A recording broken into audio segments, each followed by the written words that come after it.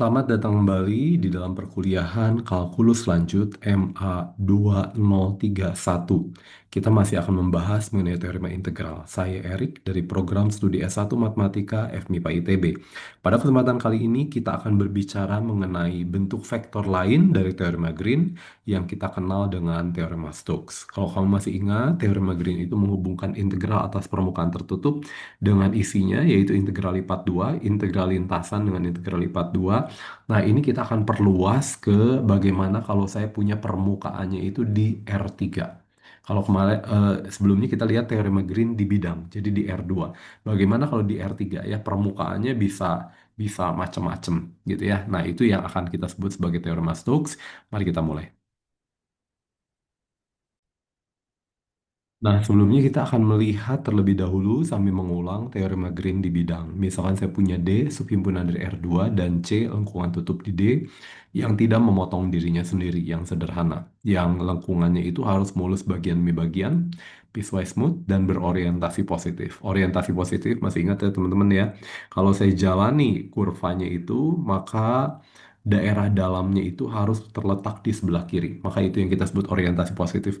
Nah, ini juga nanti akan diperumum di permukaan di R3 persis sama. Ketika saya berjalan pada lintasan itu, daerahnya itu harus di sebelah kiri saya.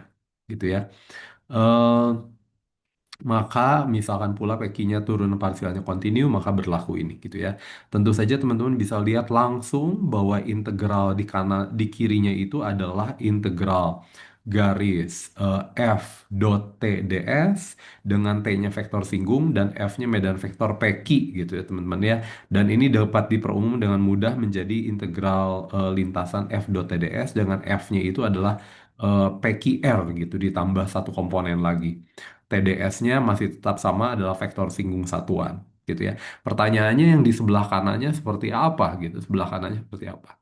Nah, kalau teman-teman sadar, maka itu sebelah kanannya itu adalah komponen ketiga dari eh, curl gitu ya. Jadi kalau saya curl itu adalah nabla cross F itu adalah curl. Nah, komponen ketiganya itu adalah doki do X min do P do Y gitu ya. Komponen ketiganya. Jadi ini adalah arah normal, arah normal dari eh, arah normal dari medan vektornya ya. Medan vektor curl F maksud saya, bukan medan vektor F ya. Jadi curl F dot K gitu. Kenapa K-nya? Karena K-nya itu adalah normal dari permukaan saya di R2 gitu ya. Nanti secara umum berubah menjadi apa? Bukan dot K tapi dot dari normal dari permukaan saya. Pada permukaan R2 maka normalnya selalu K. Teman-teman oke ya. Nah, begitu permukaannya tidak bidang tapi menjadi di R3, maka normalnya ya akan benar-benar tidak harus jadi K. Ya, jadi ini yang kita tulis sebagai teorema Stokes. Misalkan F medan vektor di ruang yang memiliki turunan parsial yang kontinu. Misalkan pula S adalah permukaan berparameter di R3 dengan batasnya berupa lengkungan tutup sederhana C yang mulus bagian demi bagian persis sama seperti sebelumnya gitu ya. Tapi sekarang lengkungannya di R3. Dan N itu adalah vektor normal satuan dari permukaan S. Dan T adalah vektor singgung satuan dari lengkungan tutup do S, maka ini integral garis F dot TDS itu atas batas S itu sama dengan integral permukaan curl F, integral permukaan curl F gitu ya, integral permukaan curl F dot NDS gitu ya. Kalau jadi sebelumnya kita punya ini normalnya ke atas, nah sekarang saya punya nguncup gitu, batasnya itu yang di atas dan normalnya sekarang di setiap titik berubah bergantung dari permukaannya. Ya, tidak sama seperti ketika bendanya itu flat gitu. Kalau bendanya flat tentu saja dalam hal ini kalau diletakkan di R2 maka normalnya selalu K. Ya, vektor singgung satuannya adalah K. Jadi ini sebenarnya adalah perumuman dari teorema Green di bidang. Kalau teorema Green di bidang menghubungkan antara permukaan tutup di R2 dengan integral lipat 2, integral lipat 2-nya ini ternyata adalah apa? Integral permukaan dot dengan normal. Normalnya selalu K. Dan cara yang sama sekarang saya kalau punya permukaan gitu, teman-teman ya, saya punya permukaan. Nah, permukaannya ini nanti teorema Stokes itu mengatakan integral pada lintasan tutup yang menjadi batas dari permukaan itu sama dengan integral atas permukaan ini. Tapi integralnya apa? Integral dari curl F, integral permukaan dari curl F. Oke ya, atas medan vektor curl F. Nah, ini ada contoh satu gitu ya, ada contoh dua. Yuk kita coba lihat contohnya. Nah, yang pertama ya, tentukan integral lintasan f dot TDS dengan f-nya itu x, y, z, z i min x min y, k, a. Ini penulisannya bagus ya. Kalau biasa pakai koma-koma harus hati-hati, harus ada transpose-nya. Ya, oke. Nah, jadi saya punya, oke ya, kita lihat. Oke, jadi karena saya tahu f-nya itu medan vektornya kontinu gitu ya, dan oke. eh Lalu F-nya itu mempunyai turunan parsial kontinu di R3 ya, dan mungkin kalau mau saya tambahkan batasnya gitu, dan di sini C-nya itu mulus bagian demi bagian, C mulus bagian demi bagian, C1 mulus gitu ya, C2 mulus, C3 mulus, jadi digabungkan itu C-nya bukan mulus tapi mulus bagian demi bagian. Maka berdasarkan teorema Stokes mengatakan bahwa integral atas lintasan C itu sama dengan integral nabla cross F dot N ds dengan N-nya itu yang mana? Kalau teman-teman itu gitu ya. Maka normalnya ya normalnya maaf, maka lintasannya seperti itu. Nanti normalnya yang mana? Normalnya itu ya arahnya arah mengikuti ininya ya, mengikuti ke sana. Ya bisa dilihat seperti apa. Bisa dilihat seperti aturan tangan kanan gitu kira-kira ya. Kalau dia berputar gitu, maka berputar mengikuti orientasi kurvanya, maka arah jempol itu adalah arah harus normal dari permukaan saya. Oke ya. Jadi dalam hal ini normalnya harus ke sini. Oke ya, dan normalnya itu hanya karena bidang normalnya satu gitu ya. Satu-satuannya seharusnya menjadi 100 gitu. Ya, kita coba lihat. Eh, oke, jadi saya mau menghitung integral garis. Kalau integral garis, teman-teman, kita harus hitung 3 kali karena integral garisnya adalah lintasan C1, C2, dan C3 gitu ya. Nah, sekarang saya melihatnya menggunakan integral ini. Jadi ini sebenarnya sama seperti apa, teman-teman? Ini sama seperti teorema Green, tapi di bidang Y, Z gitu, teman-teman ya. Jadi ini sebenarnya sama saja. Nah, ini perumumannya di bidang Y, Z gitu ya. Parameter itu permukaannya, permukaan D itu apa? X-nya sama dengan 0, lalu Y ada Z. Jadi U-nya itu sebenarnya adalah Y, V-nya itu adalah Z. UV-nya siapa? UV-nya anggota D. D-nya itu segitiga gitu ya. Segitiga di bidang Y, O, Z. Dengan ininya di 0,0, 2,0, dan 0,2. Maka seperti biasa, saya mau mencari normal. Saya cari dulu turunan terhadap U, turunan terhadap V, normal ini itu cross product, dia sama dengan I, berarti sudah cocok 100 ya. Jadi normal permukaannya sudah sesuai dengan teorema Stokes gitu. Jadi kalau saya punya ngikutin lintasannya, maka arah jempol itu menyatakan tangan kanan ya, tangan kanan. Jadi nabla cross F-nya itu menjadi apa? Itu akan menjadi -1, 1, dan -1. Maka berdasarkan teorema Stokes, ini akan menjadi integral permukaan atas -1, 1 dikali dengan normalnya sudah 100 gitu ya. Jadi ini akan berubah menjadi -1 dikali dot produknya itu adalah -1 gitu, sehingga -1-nya boleh keluar. Ini double integral 1 ds, dan ini adalah apa? Ini adalah menghitung luas permukaan, dan luas permukaannya cuman di bidang gitu ya, maka dia adalah segitiga saja, setengah kali 2 kali 2, maka hasilnya adalah -2 gitu ya teman-teman ya. Nah, teman-teman boleh coba bagaimana kalau saya menghitung integral lintasan C1, C2, C3. Ya, teman-teman harus coba ya, supaya teman-teman mengerti apakah hasilnya betul-betul sama dengan -2. Dan teman-teman pada akhirnya bisa memahami bahwa, wah, luar biasa ya. Dari yang menghitungnya susah, sekarang menghitungnya jadi mudah sekali. Ya, kadang-kadang lebih mudah menggunakan integral garisnya, kadang-kadang lebih mudah menghitung dan integral permukaannya. Nah, ini kebalikannya, contoh dua, misalkan S adalah permukaan yang merupakan bagian bola berjari-jari dua yang memotong bidang X, O, Y. Ini potongannya bisa dilihat dari gambar, yaitu perpotongannya itu adalah kurva C. Kurva C itu adalah kurva hitam ini ya, kurva hitam. S-nya yang mana? S-nya katakanlah dia permukaan atas. Ya, nanti pada akhirnya, ya oke, nanti terlalu cepat. Nah, yang saya sudah tahu, berjari-jari satu itu pada C-nya.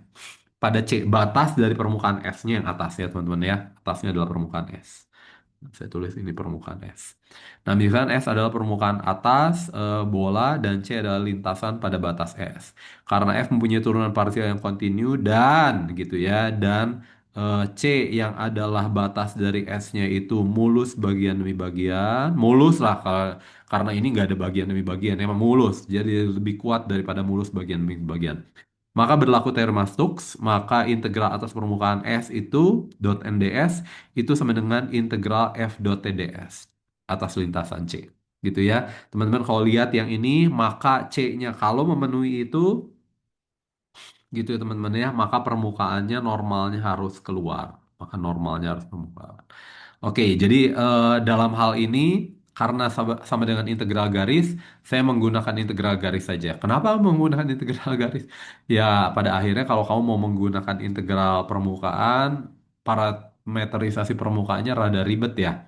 Karena kamu memparameterisasi bagian dari bola dan bolanya pusatnya nggak di 0,0,0 lagi ya, rada bukan di titik asal. Jadi agak ribet sedikit, tapi nanti hasilnya itu akan sama saja. Nanti kamu coba lihat ya.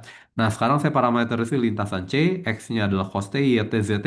Jangan lupa, ini lintasannya di R3, artinya dia harus mempunyai tiga buah komponen. Tentu saja, dia C-nya itu berada pada Z sama dengan 0. Akibatnya Z-nya sama dengan 0. Lalu saya dapatkan dx, dy, dz-nya seperti biasa. Maka nabla cross-nya ini berdasarkan teorema Stokes menjadi integral lintasan. Dan integral lintasan itu akan menjadi apa? Komponen pertama dikali dengan dx, ditambah komponen kedua dikali dengan dy, ditambah komponen ketiga dikali dengan dz ya teman-teman ya, integral garis biasa. Maka ini tinggal saya substitusi semua y dx, x dy, x z dz. Maka sekarang saya mempunyai itu dan ini menggunakan identitas trigonometri dia akan menjadi min 1 integral 02 pi dt dia akan menjadi min 2 pi. Oke ya teman-teman ya, saya pikir tidak masalah. Nah, saya bisa menghitung menggunakan permukaan S atas. Jika akan dihitung menggunakan integral, maka vektor normal permukaannya harus mengarah keluar permukaan ke atas, gitu ya. Oke, tadi sudah. Jadi normalnya harus ke sini. Ini normalnya. Oke, jadi ini adalah titik asalnya 0,0,0 O titik asal dan PI-nya adalah titik pusat dari bolanya, titik pusat dari bolanya. Nah, saya harus tahu dulu jaraknya dari titik awal ke titik asal ke pusatnya gitu ya. Tentu saja saya sudah tahu pasti titik pusatnya di 0,0 tinggal saya harus cari tahu ketinggiannya ya untuk memparameterisasi permukaan bola berjari-jari dua ini. Nah, teman-teman bisa gambar gitu teman-teman yang garis birunya teman-teman akan tahu satu dan sebelah kanannya juga sama gitu ya teman-teman ya karena dia akan menjadi garis tinggi gitu membagi dua sama panjang itu satu jari-jarinya yang merah adalah dua maka jarak dari OP-nya itu adalah akar dari 2 kuadrat min satu menjadi akar 3. Akibatnya pusat lingkaran itu adalah 0,0 ditambah dengan ketinggiannya jarak OP yaitu 0,0,0 plus akar 3 yang adalah akar 3. Sehingga parameterisasinya adalah ini pusatnya di 0, sebenarnya ini adalah 0 ditambah gitu. Ya, bawahnya juga 0 ditambah, yang terakhir adalah akar 3 ditambah gitu ya. Lalu parameter bolanya seperti biasa, U-nya itu yang memutar lintang, V-nya itu yang memutar garis bujur gitu ya. Jadi V-nya dari 0 sampai 2 pi, U-nya dari 0 sampai V-nya dari 0 sampai pi, V-nya dari U-nya dari 0 sampai 2 pi. Maka saya punya 0 ini seperti biasa ya teman-teman ya, dari sini dulu cos V, maka ini sin V ini menjadi cos U sin U. U-nya, tapi V-nya hanya dari 5 pi per 6. Kenapa? Karena saya cuma punya permukaannya yang mana, teman-teman? Yang permukaannya itu dari atas sampai sini saja permukaannya. Jadi ini permukaannya adalah 5 pi per 6. Karena yang birunya itu sudutnya pi per 6 ya. Jadi sampai pi dikurangi pi per 6. Jadi 5 pi per 6. Teman-teman oke ya. Lalu saya mencari GU-nya, saya mencari GV-nya, maka normalnya itu diberikan oleh GU GV dengan sifat determinan dan seterusnya saya dapat seperti ini. gitu ya. Tapi kalau kamu lihat ternyata normalnya itu belum sesuai. Cara ngeceknya seperti apa? Kamu cari aja di titik 002 plus akar 3. Itu titiknya apa, Pak? Ya berarti U-nya sama dengan 0 gitu ya. V-nya sama dengan 0. Ketika U-nya sama dengan 0 dan V-nya sama dengan 0, kamu akan dapati nanti normalnya itu negatif. 0, 0 negatif. Kalau 0, 0 negatif, teman-teman, kalau 0, 0 negatif, maka artinya dia ke bawah permukaan normalnya ke bawah. Ya, padahal kita pengen normalnya ke atas. Maka saya pilih yang positif. Negatif dari normal yang saya punya gitu ya. Jadi saya pilih normalnya adalah ini. Nanti kamu hitung ini ya, integral permukaan atas medan vektor curl F. Kamu coba gitu ya. Tentu saja harus kamu cari dulu curl F-nya seperti apa gitu ya. Saya pikir itu tidak masalah. Nanti kamu bisa dapat hasilnya seperti apa. Jadi hasilnya harus sama saja, yaitu minus 2pi. Nah, yang lebih menarik adalah apa? Yang lebih menarik. Nah, karena berlakunya teorema Stokes, maka integral atas permukaan atas itu kan sama dengan integral atas lintasan C. Integral garis atas permukaan C. Tapi integral garis atas permukaan C, dia juga akan menjadi batas bagi permukaan bawah. Jadi ini itu akan berubah menjadi kalau yang atas itu adalah S1 misalkan, yang bawah adalah S2, maka ini akan berubah menjadi integral nabla cross F dot N ds atas permukaan S2 juga. Gitu ya. Tapi harus hati-hati ketika S2 nanti ketika dia memutar seperti itu normalnya arah mana? Nanti normalnya itu harus ke dalam gitu ya berdasarkan aturan tangan kanan. Nah, itu harus kamu hati-hati sekali, harus hati-hati. Nah, Pak, kalau dia sama dengan integral lintasan, dan ini lintasannya kan dia ada pada bidang datar, ganti saja, Pak. Ganti saja pada lintasan ini C, pada daerahnya D ini. Bagus sekali, nak. Dan boleh saya lakukan seperti itu. Karena apa? Karena berdasarkan teorema Stokes. Nah, begitu saya ganti menjadi lintasan D, ini menjadi Teorema Green. Cantik sekali ya. Soal ini bagus sekali. Soal ini bagus sekali. Ya, ini soal saya lihat dari buku Pawono. Nah, lalu arti geometri dari curl, misalkan C epsilon adalah lingkaran berjari-jari epsilon dan pusat di P, dan terletak pada bidang dengan vektor normal satuannya N. Nah, ini persis sama ketika kita bicara tentang arti geometri dari divergensi. Nanti saya akan menggunakan kekontinuan dari turunan parsialnya gitu. Maka saya punya nanti nabla dot fp dot dengan N itu adalah integral f dot TDS. Teman-teman masih ingat ya, integral f dot TDS itu adalah apa? Jadi kalau C epsilonnya lingkaran gitu ya, titiknya di bawah sini. Maka f dot T itu adalah apa? Ini adalah flux yang masuk ke lintasan. Flux yang masuk ke lintasan. Flux yang berputar gitu. Flux yang berputar. Jadi lalu saya kecilkan. Jadi dia kecilkan menuju nol, dia jadi flux rata-rata yang berputar gitu. Jadi nanti pada akhirnya flux rata-rata putaran di titik itu. Jadi dia eh, di titik itu dia akan memutarnya seperti apa gitu, memutarnya seperti apa. Jadi geometri dari curl itu nanti pada akhirnya terkait dengan medan vektornya itu memutar atau tidak di titik itu gitu ya. Jadi dikaitkan dengan itu. Oke ya, saya pikir itu saja. Teman-teman bisa melihat juga nanti divergensi dan curl itu pada sistem koordinat lain dan itu merupakan hal yang menarik juga. Hanya teman-teman bisa dilihat dari buku teks saja ya. Saya pikir itu saja. Oke, terima kasih.